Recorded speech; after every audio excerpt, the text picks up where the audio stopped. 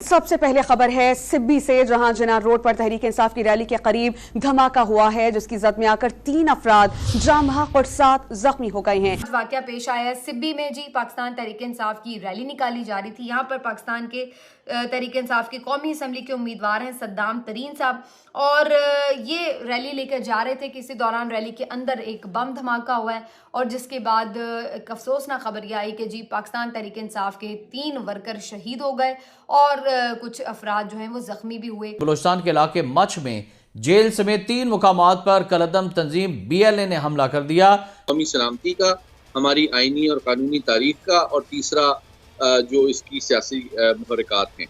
देखिए, मैं समझता हूँ कि दुनिया की जो तमाम ममालिक हैं उनके जो फॉरेन ऑफिस के तमाम एम्बेसीज के साथ राब्ते का जो सबसे सिक्योर क्लासिफाइड जो जरिया होता है कम्युनिकेशन का, वो साइफर होता है। नमस्कार दोस्तों, जय हिंद। दोस्तों, एक तरफ इमरान खान को 10 साल की सजा सुना दी गई है, तो दूसरी तरफ पाकिस्तान की फौज ने इमरान समर्थकों की रैली पर हमले करवाने शुरू कर दिए हैं, जिससे पाकिस्तानी मीडिया काफ़ी ज़्यादा परेशान है, क्योंकि इमरान खान का पॉलिटिकल करियर पूरी तरीक़ा से समाप्त हो चुका है। ना उसको चुनाव लड़ने की इजाज़त है, ना उसको रैली करने की इजाज़त है।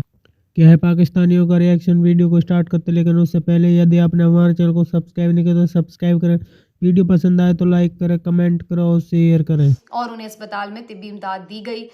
बहुत अनफॉर्चुनेट था ये वाकया और बड़ा ही अनएक्सपेक्टेड भी था। अभी तक कोई ऐसा कहीं पे भी इंतखाबी मुहिम में ऐसा कोई वाकया रिपोर्ट नहीं हुआ था, सिवाय वो जो शुरू में हमदुल्ला साहब के वाकये के साथ, लेकिन उस वक्त खैर इंतखाबी मुहिम नहीं थी चल रही।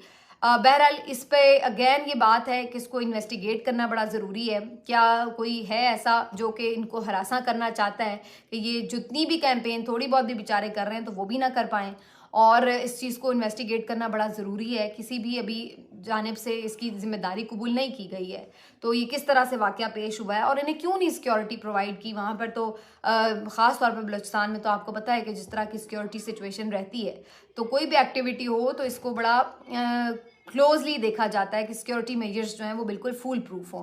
लेकिन ये अनफॉर्चुनेट इंसिडेंट हुआ है। वी होप कि आगे कोई ऐसी चीज़ ना हो, लेकिन बड़ा केयरफुल रहना पड़ेगा। कीमती जानी नुकसान हुआ है, ऐसा नहीं होना चाहिए था। जवाबी कार्रवाई में 4 खुदकुश बमबारों समेत 6 दहशतगर्दों को पाक फौज के जवानों ने जहन्नुम वासिल कर दिया है। दहशतगर्दों की फायरिंग से पुलिस एहलकार समेत 2 अफराद जाम बहक और 13 जख्मी भी हो गए। बोलान के इलाके मच में पहाड़ों से कलअदम तंजीम के शिद्दत पसंदों ने 15 रॉकेट फायर किए, जिसके बाद शदीद फायरिंग की आवाज़ें भी सुनी गईं। बोलान के कम अज कम 3 मुकामात पर हमला किया गया, जिसमें मच जेल, रेलवे स्टेशन और लेवीज थाना शामिल हैं। धमाकों और फायरिंग से शहरी खौफ का शिकार हो गए, जबकि इलाके की बिजली भी अचानक बंद हो गई। हमला मच जेल पर किया गया, जिसका मकसद जेल से बलोच तंजीम ने अपने साथियों को छुड़वाना था, ताहम दहशतगर्दों को कामयाबी ना मिल सकी। मच बलोचिस्तान में BLA के दहशतगर्दों के फायर रेड की कोशिश को फोर्सेज ने पसपा कर दिया, और फोर्सेज को पहले से ही दहशतगर्दों के हमले की इंटेलिजेंस मालूमात मिल चुकी थी, जिसके बाद एहलकारों ने दहशतगर्दों के लिए घात लगा रखी थी। जिस वक्त मच में हमला जारी था, उस वक्त भारतीय खुफिया एजेंसी रॉ से जुड़े अकाउंट्स ने सोशल मीडिया पर प्रोपेगेंडा करना शुरू कर दिया और सबसे पहले हमले की खबर अपने अकाउंट से जारी कर दी। ये इस बात का वाज़ेह सबूत है कि इन भारतीय सोशल मीडिया अकाउंट्स के पास इस हमले की इत्तलात पहले से मौजूद थी, और भारतीय खुफिया एजेंसी रॉ से जुड़े ये सोशल मीडिया अकाउंट्स, इनके जरिए से भारत मुसलसल पाकिस्तान में बदअमनी और इंतशार फैला रहा है। नाज़रीन, चंद दिन कबल भी पाकिस्तान ने पाकिस्तानी शहरियों के कत्लेआम में मुलविस भारतीय किराए के कातिलों को बेनकाब किया था, जो इन रॉ के ही सोशल मीडिया अकाउंट्स के जरिए इन दहशतगर्दाना कार्रवाइयों पर खुशियां मना रहे थे।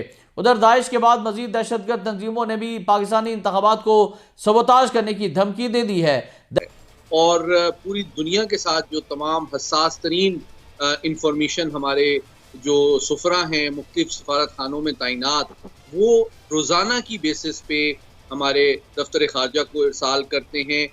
उसकी 2 कॉपीज़ जो हैं, एक GHQ भी जाती है, एक कॉपी जो है वो वज़ीर आज़म के दफ्तर भी जाती है।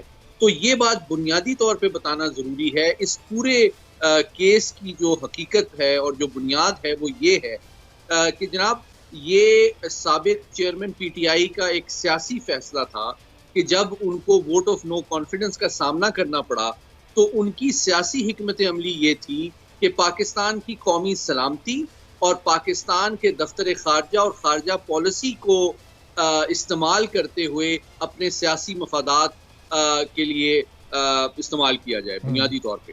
अच्छा, अब उन्होंने किया क्या कि जनाब जो कि गवाहों की शहादतों के बेसिस पे बिल्कुल चीज़ वाजे हो गई, उन्हीं की हुकूमत के दौरान जो 3 आला तरीन अफसरान थे, उनके प्रिंसिपल सेक्रेटरी आजम खान और उन्हीं के तैनात करदा अमेरिका में हमारे सफीर जो कि एक्चुअली मुसन्निफ थे इस साइफर के, असद मजीद, और जो फॉरेन सेक्रेटरी थे हमारे सुहेल महमूद।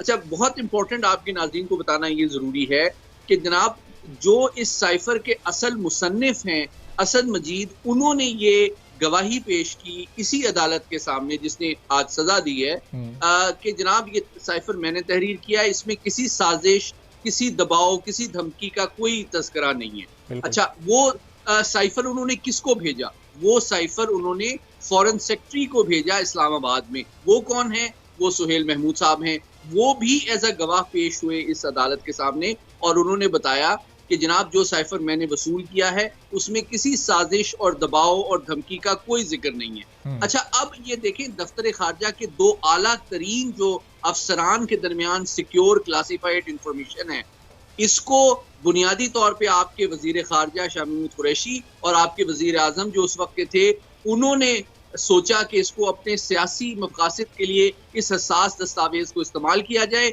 और ये चीज़ जब अदालत के सामने वाजे हो गई तो ये ओपन एंड शट केस था, जिसके नतीजे में अब इस जमात की जो अदालती यानी कि लीगल हिकमत अमली थी वो बुनियादी तौर पे बहुत वाजे और सामने थी। अदालत के अंदर उन्होंने डिलेइंग टैक्टिक्स यूज की और मुसलसल टाइम जाया किया अदालत का, बल्कि यहाँ तक कि उनके जो डिफेंस लॉयर थे एडवोकेट उस्मान गिल, उन्होंने तो प्रिंसिपल विटनेस को क्रॉस एग्जामिन भी नहीं किया, जबकि इनकी हिकमत अमली का सबसे अहम हिस्सा ये था कि मीडिया, सोशल मीडिया और प्रेस कॉन्फ्रेंसेस के जरिए ना सिर्फ मोहम्मद अली साहब कता कलामी की माफी, लेकिन ये कता कलामी की माजरत, लेकिन ये जो गुमशुदगी वाला मामला था साइफर का, उस पर भी हमने देखा एक दूसरे पर जिम्मेदारी डालने की कोशिश की गई। जब प्रिंसिपल सेक्रेटरी आजम खान पेश हुए तो उन्होंने कहा कि मैंने प्राइम मिनिस्टर को ये हैंड ओवर किया और उसके बाद नहीं पता चला फिर ये कहाँ गया। और चेयरमैन पीटीआई बानी पीटीआई का ये बयान था कि ये जो इसकी हिफाजत की जिम्मेदारी थी वो तो मुतल्लिका अमले की थी, वो मेरी नहीं थी। तो ये गुमशुदगी से मुताल्लिक भी एक दूसरे के ऊपर इल्जाम लगाने की कोशिश की गई है। जी बिल्कुल, जिसको अंग्रेजी में कहते हैं they were all trying to pass the buck, एक दूसरे के ऊपर ब्लेम डालना और अदालत का टाइम जाया करना। और देखिए, बुनियादी बात यह है कि पाकिस्तान 24 करोड़ अवाम का एक एटमी पावर है, एक न्यूक्लियर ताकत है, और न सिर्फ हमारी अवाम, हमारे हसास इदारे, बल्कि आलमी बरादरी भी आपसे एक संजीदा और जिम्मेदाराना तर्ज अमल की तवक्को करते हैं, जो कि बदकिस्मती से इस पार्टी और इसकी हुकूमत में बिल्कुल नजर नहीं आया। और आपकी खारजा पॉलिसी, आपकी सिक्योरिटी पॉलिसी और आपकी जो इंटरनेशनल साख है, उसको जिस तरह शॉर्ट टर्म पॉलिटिकल गेन के लिए डैमेज किया गया, मैं समझता हूँ हमारी तारीख में इसकी मिसाल नहीं मिलती है। 7 मार्च की एक मीटिंग थी, उस मीटिंग के अंदर जिस शख्स ने पाकिस्तान के अंदर साइफर भेजा वो असद मजीद थे, और असद मजीद ने पहली दफ़ा डिस्क्लोज़ किया कि उस साइफर के कंटेंट्स क्या थे, और उस कंटेंट्स के अंदर जो फॉर्मर प्राइम मिनिस्टर कहते आए हैं, चूँकि उनका बुनियादी नैरेटिव ये था कि उस जो मेरे पास ये डॉक्यूमेंट्स आया जो उन्होंने 27 मार्च को पब्लिकली इस तरह लहराया, उसके अंदर उन्होंने कहा कि एक मैसेज आया है कि जिसके अंदर थ्रेट भी है और जिसके अंदर कॉन्स्पिरेसी भी है, और उसके अंदर एक रिजीम चेंज की बात की गई। अब ये 2 चीज़ें जो थी वो ना आपकी नेशनल सिक्योरिटी की जो मीटिंग्स हुई, पहली हुई जो उन्हीं के दौर के अंदर प्रिजाइड किया गया और इसको भी किया गया, उसके अंदर भी आपने देखा कि ना उन्होंने कहा कि इसके अंदर ये आपका थ्रेट है और ना कॉन्स्पिरेसी है, और फिर जब शहबाज शरीफ साहब के दौर के अंदर हुई तो उसके अंदर भी कहा गया। अब वो चूंकि एक नैरेटिव जो पॉलिटिकल बिल्ट किया गया और चलते चलाते जब उस क्लाइमेक्स पे पहुंचा, तो अगस्त 2022 के अंदर जब इसके अंदर एक कंप्लेंट्स फाइल हुई और इन्वेस्टिगेशंस आई, फिर आए, और इसके 4 इंपॉर्टेंट आदमी थे इस सारे एक्सरसाइज के। एक असद मजीद जो आपके एम्बेसडर थे, एक उसके अंदर आपके थे जो फॉरेन सेक्रेटरी सुहेल महमूद थे, और तीसरे उसके अंदर आजम खान थे, और तीनों ये थे कि जो प्राइम मिनिस्टर के और फॉरेन सेक्रेटरी के ट्रस्टवर्दी आदमी थे।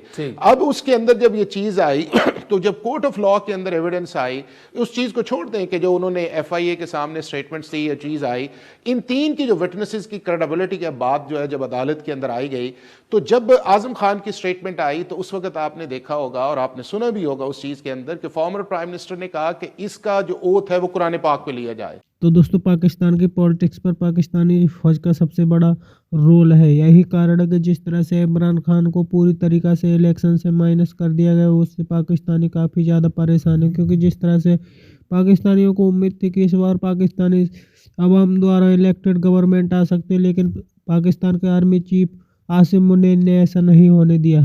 पहले तो उसने इमरान खान को इलेक्शन से आउट किया, अब पूरी तरीक़ा से इमरान समर्थकों को डरा रहा है, क्योंकि पाकिस्तानी फ़ौज के अलावा कोई भी ऐसे काम नहीं कर सकता। जिस तरह से इमरान समर्थकों की रैली पर बड़ा बम धमाका हुआ है, उससे पाकिस्तानी मीडिया काफ़ी ज़्यादा परेशान है, क्योंकि पाकिस्तानी इमरान समर्थकों के अंदर पाकिस्तानी फ़ौज इतना ज़्यादा खौफ भरना चाहती है कि वो चुनाव के दौरान भी बाहर ना निकल सके और पाकिस्तानी फ़ौज अपनी मर्जी की सरकार बना सके, क्योंकि पाकिस्तान में अब इलेक्शन का टाइम काफ़ी ज़्यादा नज़दीक है, जिससे पाकिस्तान में फिर से नवाज शरीफ को पाकिस्तान का अगला प्राइम मिनिस्टर बनाने की तैयारी की जा रही है, क्योंकि नवाज शरीफ के लिए पूरी तरीक़ा से रास्ते खोल दिए गए। ना तो उनके मुकाबले पर कोई चुनाव लड़ सकता है और ना ही उनका कोई कुछ कर सकता है। यही कारण है कि नवाज शरीफ पाकिस्तान का प्राइम मिनिस्टर बन सकता है। आपकी क्या राय कमेंट में जरूर शेयर करें। यदि आप चैनल पर नए, चैनल को सब्सक्राइब करें। वीडियो पसंद आए तो लाइक करें, कमेंट करो और शेयर करें। जय हिंद, वंदे मातरम।